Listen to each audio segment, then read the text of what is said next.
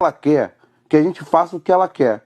Eu não vou ficar falando, porque ela fala de comedor de cérebro, ela também é a maior comedora de cérebro dessa porra. Entendeu? Ele defende os amigos dela, ela também só defende os amigos dela. E pior, ela não defende os amigos, ela atropela os amigos dela.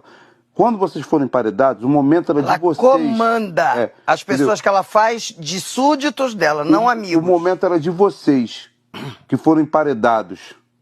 Vocês foram emparedados, era hora da gente ser solidário, é hora da gente orientar, era hora da gente ir pro raio-x, pedir para vocês ficarem, entendeu? Ela pegou e fez aquele show todo com o cowboy. Por isso que eu tô te perguntando assim, eu quero saber o que o cowboy falou. Ah, não, que falou do pai dela. Mas ele ofendeu o pai dela? Porque ele só... Eu falei assim, porque ela fez aquele show todo. Eu falei, solta. Eu queria ver se ela ia lá dar nele. Não ia nada.